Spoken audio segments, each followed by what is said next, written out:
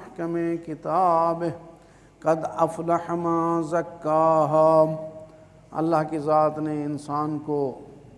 اشرف المخلوقات بنایا ہے، اور اس کریم اللہ نے انسان کو بنا کے خود انسان کی تخلیق کی تعریف فرمائی ہے کہ تمام مخلوقات میں احسن التقویم بہترین خلقت جو ہے وہ انسان کی خلقت ہے، اور اسے شرف جو ہے اپنی تمام مخلوقات میں دیا ہے۔ یعنی آپ تصور کریں، اللہ کی ذات نے جتنی بھی مخلوقات خلق فرمائی ہیں، ان تمام مخلوقات کا تصور کریں، پست کی طرف نہ جائیں، حیوانات کی طرف، نباتات کی طرف نہ جائیں، ہم انسان، جن و انس، اور پھر جن و انس کے ساتھ جو ہے وہ فرشتوں کا تصور کریں جو غیر مری مخلوق ہے، اور ان کو اللہ نے خلق ہی عبادت کے لیے کیا ہے۔ جو فرشتے کے ذمے سجدہ ہے تو وہ سجدے میں اللہ کی تسبیح بیان کر رہا ہے، جو رکوع میں ہے تو وہ رکوع میں اللہ کی تسبیح بیان کر رہا ہے، جو قیام میں ہے وہ قیام میں اللہ کی تسبیح بیان کر رہا ہے۔ جو اللہ نے اس کے ذمے لگا دیا ہے تو وہ وہی کام کر کے اللہ کو راضی کر رہا ہے۔ کسی کے ذمے کرامن کاتبین کی ڈیوٹی لگی ہے کہ وہ جائیں مخلوق خدا انسانوں کے پاس کرامن کاتبین بن کے بیٹھیں اور پھر اس کے اعمال لکھتے رہیں۔ دائیں والا جو ہے اعمال لکھ رہا ہے، یہ اس کی ڈیوٹی ہے، یہی اس کی عبادت ہے۔ بائیں والا جو ہے وہ برائیاں لکھ رہا ہے، یہی اس کی ڈیوٹی ہے اور یہی اس کی عبادت ہے۔ یہ اللہ نے اس کو جو بھی ڈیوٹی دی ہے وہ اس ڈیوٹی میں مشغول ہے۔ ان فرشتوں میں آپ بزرگ ترین فرشتوں کا تصور کریں، ملکت موت ہے، عزرائیل ہے، اسرافیل ہے جس نے سور پھونکنا ہے قیامت والے دن، مقرب فرشتہ ہے، پھر جبرائیل ہے، جبرائیل جو ہے وہ فرشتوں کا سردار ہے۔ یہ تمام فرشتے جن کا میں نے ذکر کیا ہے، ان کا بھی تصور کر لیں تو اللہ کی ذات نے ان فرشتوں سے بھی انسان کو افضل قرار دیا ہے۔ بہت بڑی بات ہے کہ اتنے عبادت گزار مخلوق جو ہے وہ انسانوں کی خدمت کے لیے مصروف ہے، وہ انسانوں کی خدمت کر رہی ہے، لیکن اللہ کی ذات نے انسان کو جو ہے مخلوقات میں افضل بنایا ہے، اشرف المخلوقات بنایا ہے۔ اللہ انسانوں سے بڑا پیار کرتا ہے، چاہے کوئی اسے مانے پھر بھی پیار کرتا ہے، چاہے کوئی نہ مانے پھر بھی پیار کرتا ہے، کوئی نافرمانی کرے پھر بھی پیار کرتا ہے، کوئی فرما برداری کرے پھر بھی وہ اللہ پیار کرتا ہے۔ ہاں یہ بعض اوقات ایسے ہوتا ہے اعمالوں کے نتیجے کی وجہ سے اسے مشکلات، مصائب اور عذاب دیکھنے پڑتے ہیں، ورنہ خدا اپنی مخلوق سے بڑی محبت کرتا ہے۔ ایک محبت کا ایک واقعہ بات سے بات نکلی ہے، ذکر کرتا چلوں کہ ایک نبی کے دور میں جو ہے وہ قحط سالی ہوئی اور نبی نکلے اپنی امت کے ساتھ صحرا میں جلتے ہیں، دعا مانگتے ہیں کہ اللہ کی ذات جو ہے وہ بارش دے تاکہ قحط سالی دور ہو، یہ پریشانی دور ہو۔ تو جب امت نکلی صحرا میں جا کے اس امت نے اپنے نبی کے ساتھ دعا کی، لیکن اللہ کی طرف سے وحی نازل ہوئی کہ اے میرے نبی، آپ کی اس جمعیت میں ایک ایسا بندہ ہے جس نے ایسا گناہ کیا ہے، اس کی وجہ سے میں باران رحمت نہیں دے رہا، وہ اس مجمع سے نکل جائے تو پھر جو ہے دعا قبول ہوگی۔ جب یہ پیغام نبی نے اپنے امتی اس جو جمعیت میں جو اکٹھے تھے ان کو دیا، جو گناہگار تھا اسے پتہ چل گیا، ظاہر ہے میں نے یہ ایسا بڑا گناہ کیا ہے جس کی وجہ سے اللہ کی ذات جو ہے وہ باران رحمت کو روکے ہوئے ہے۔ تو اس وقت اسی جمعیت میں کھڑے ہونے کی صورت میں اللہ سے مخاطب ہوا اور کہا کہ میرا اللہ، ٹھیک ہے میں تیرا گناہگار بندہ ہوں، لیکن میں شرمندہ ہوں، مجھے اس اپنی مخلوق کے سامنے شرمندہ نہ کر، مجھے معاف کر دے۔ یہ اس نے شاید زبان پہ بھی جاری نہ کیا ہو، کسی نے نہیں سنا، دل میں ہی اس نے یہ کیفیات پیدا کر کے دل میں ہی باتیں کی ہیں اللہ سے، میرا اللہ اس مخلوق میں جو ہے، ٹھیک ہے میں گناہگار ہوں، میری وجہ سے باران رحمت رک گئی ہے اور یہ قحط سالی ہے، میں اپنے گناہ کی توبہ کرتا ہوں، میرا اللہ مجھے مخلوق کے سامنے شرمندہ نہ کر، مجھے معاف کر دے۔ جب اس کا یہ کلام اللہ سے ہوا تو اس وقت آثار رحمت شروع ہوئے، باران رحمت کے آثار شروع ہوئے، بادل آئے۔ نبی نے دیکھا، پھر وہی کے ذریعے اللہ سے مخاطب ہوئے اور پوچھا، میرے اللہ ابھی ہماری جمعیت میں سے تو کوئی گیا نہیں، تو پھر یہ باران رحمت کے آثار ظاہر ہو گئے ہیں، اس کی وجہ کیا ہے؟ اللہ کی طرف سے وہی آئی، جس کا میں خلاصہ عرض کر رہا ہوں کہ اے نبی، اس میرے بندے نے مجھ سے معافی مانگ لی ہے، میں نے اسے معاف کر دیا ہے، اس لیے باران رحمت آ رہی ہے، بارش ہونے والی ہے۔ تو اس نبی نے دیکھے کتنی محبت ہے اللہ کو اپنی مخلوق سے، اس کا تصور اب کریں کہ جب نبی نے سوال کیا کہ یا میرے اللہ، وہ مجھے بتا تو صحیح، وہ کون سا بندہ ہے جسے تو نے معاف کر دیا ہے؟ وہ گناہگار تھا، تجھ سے معافی مانگی اور تو نے معاف کر دیا ہے۔ اس وقت اللہ کی طرف سے وحی آئی کہ اے میرے نبی، جب وہ میرا نہیں تھا اس وقت میں نے اس کی نشاندہی نہیں کی، جب وہ میرا ہو گیا ہے کیسے بتاؤں کون ہے؟ اتنا کریم، اتنی محبت کرنے والا وہ اللہ اپنی مخلوق سے، گناہگاروں سے، جیسے کہ قرآن مجید میں یہ آیت ہے، کل عبادی، اے میرے رسول میرے بندوں کو کہہ دے جنہوں نے اپنے نفسوں کے ساتھ ظلم کیا اور گناہ کیا کہ لا تقنطوا من رحمت اللہ، میری رحمت سے نا امید نہ ہو جائیں۔ یعنی اس کو بھی کہا ہے، نہیں یہ نہیں کہا ہے میرے نبی گناہگاروں کو کہہ دے، نہیں یہ جملہ نہیں ہے، کل عبادی، اے میرے نبی میرے بندوں کو کہہ دے۔ وہ گناہ کر رہا ہے لیکن اللہ کہتا ہے نہیں ٹھیک ہے میری نافرمانی کر رہا ہے لیکن ہے تو میرا بندہ، تو ان کو کہہ دے کہ میری رحمت سے نا امید نہ ہو جائے۔ وہ کریم اللہ معاف کرنے کے لیے تیار ہے، نقص ہم میں ہے کہ ہم اس کے کرم سے فائدہ نہیں اٹھا رہے۔ انسانوں سے اتنی محبت کرنے والا ہے وہ اللہ، اس لیے قرآن مجید میں آیا ہے کہ جس نے ایک مومن کو جان بوجھ کے قتل کیا فجزاؤہ جہنم، اس کی جزا جہنم ہے۔ کیونکہ گناہان کبیرہ کے حوالے سے ہمارا سلسلہ چل رہا تھا، تو آج قتل نفس، کسی کو قتل کرنا گناہان کبیرہ میں سے ایک گناہ ہے، بچنا چاہیے۔ اللہ نے انسانوں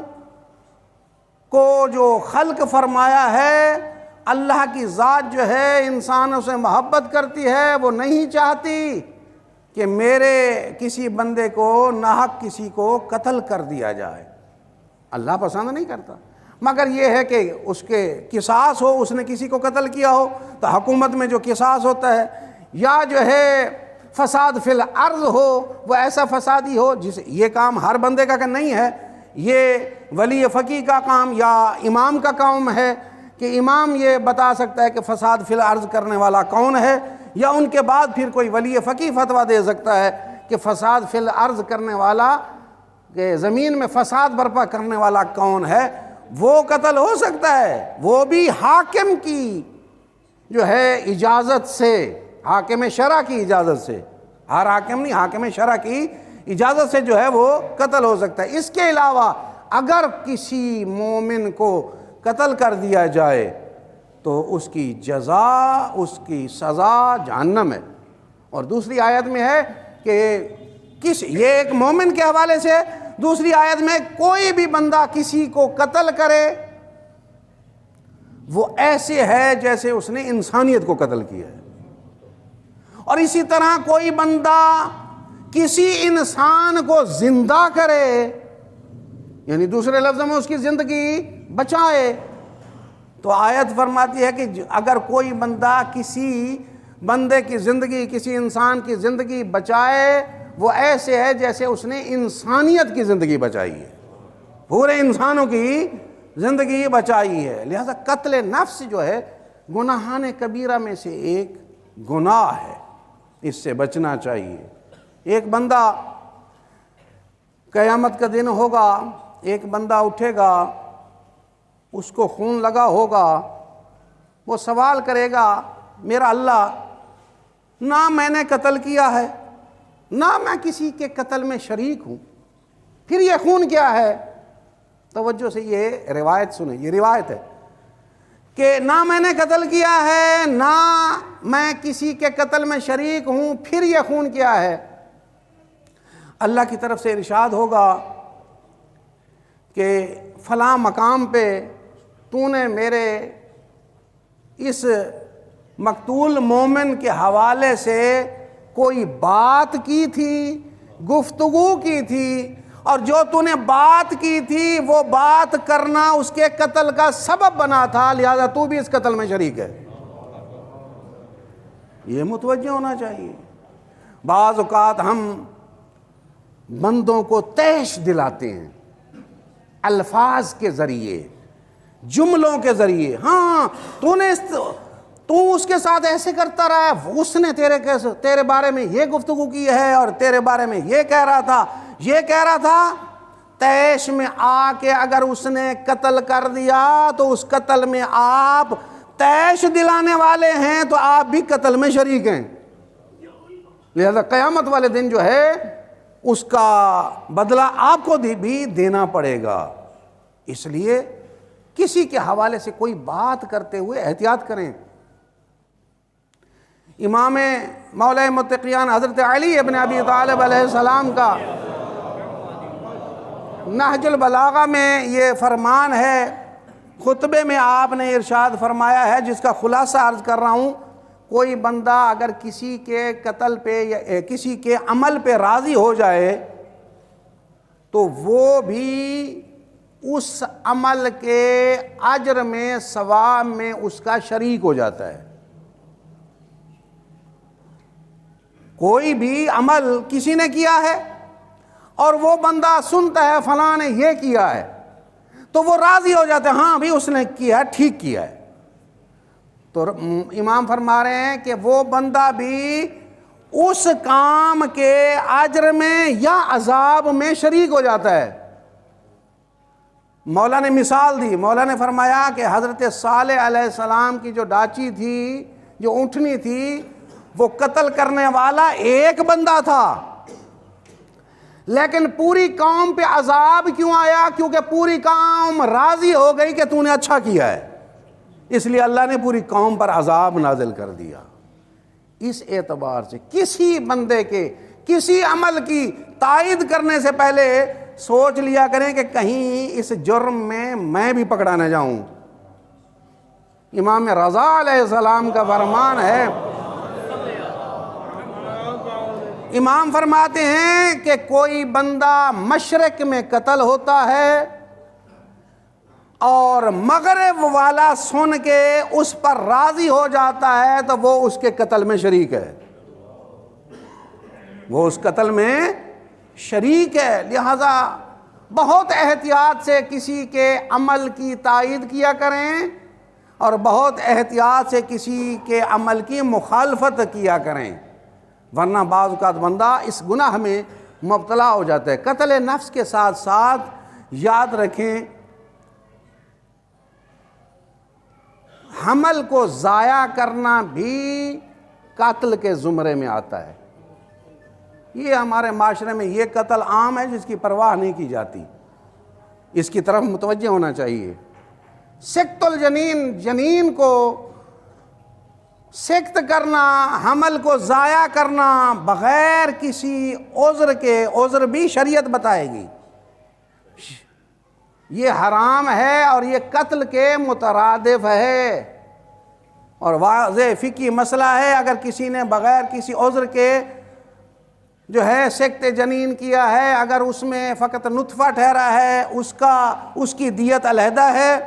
اور اگر اس کی جو ہے فقط ہڈیاں بنی ہیں اس کی دیت علیحدہ ہے، اور اگر ہڈیاں بننے کے بعد گوشت پوست بن گیا ہے، روح جو ہے ابھی اس میں داخل نہیں ہے، اس کی دیت علیحدہ ہے، اور اگر روح داخل ہو گئی ہے جو معمولاً 4 مہینے کے بعد داخل ہو جاتی ہے، اس کو بغیر عذر کے، جو بچہ ماں کے شکم میں ہے بغیر عذر کے، چاہے والد چاہے والدہ کوئی بھی سکت کروائے اپنی رضایت سے، تو دیت اس پر بھی اگر 4 مہینے کے بعد ہے تو پورے قتل کی دیت ہے۔ جس طرح قاتل کو دیت دینی ہے یا اس کا قصاص ہے، اسی طرح جو سکت جنین کرنے والا اس کے لیے بھی اسی طرح دیت بنتی ہے۔ اور اس حوالے سے متوجہ رہیں، یہ قتل ہمارے معاشرے میں عام ہے۔ ہاں کچھ جہاد ہیں جس میں جو ہے وہ اجازت دی گئی ہے، وہاں کہ جہاں جو ہے ماں کے مرنے کا یا ماں کے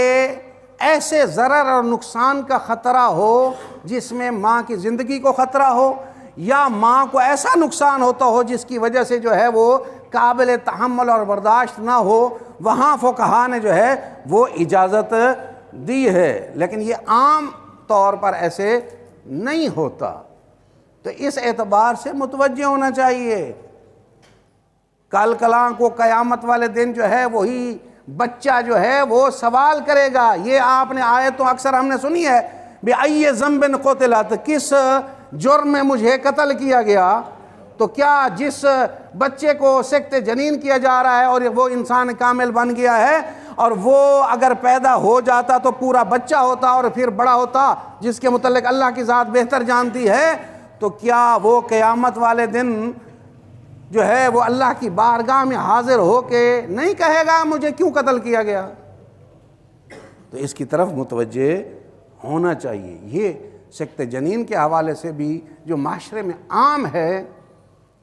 شریعت کا مسئلہ ہے، پوچھ لیں اگر کوئی پریشانی ہے میڈیکل کے اعتبار سے یا کسی حوالے سے کوئی مسئلہ ہے تو فقہی مسئلہ پوچھیں۔ علماء اور مجتہدین کس لیے ہیں؟ اگر وہ پوچھ لیں گے تو پھر ان کے سر ہوگا نا وہ شریعت کا مسئلہ آپ کو بتا رہے ہیں،